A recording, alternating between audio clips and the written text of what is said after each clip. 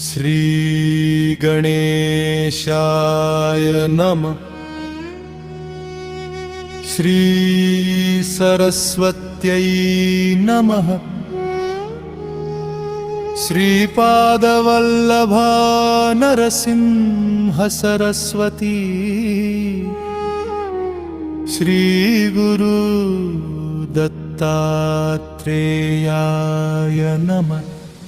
दत्तात्रेयं महात्मानं वरदं भक्तवत्सलं प्रपन्नार्तिहरं वन्दे स्मर्तृगामी सनोवतु।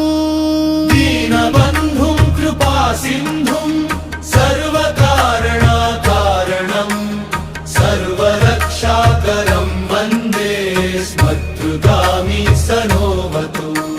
शरणागतदीनार्त परित्राणपरायणं नारायणं विभुं वन्दे स्मर्तृगामी सनोवतु।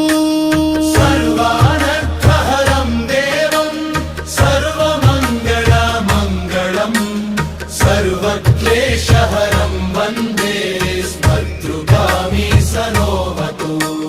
ब्रह्मण्यं धर्मतत्त्वजं भक्तकीर्तिविवर्धनं भक्तारभीष्टप्रदं वन्दे स्मर्तृगामी सनोवतु। शोषणं पापपङ्कस्य दीपनं ज्ञानतेजसः तापप्रशमनं वन्दे स्मर्तृगामी सनोवतु। सर्वरोगप्रशमनं सर्वपीडानिवारणं विपदुद्धरणं वन्दे स्मर्तृगामी सनोवतु। जन्म संसारबन्धनं स्वरूपानन्ददायकं निःश्रेयसपदं वन्दे स्मर्तृगामी सनोवतु।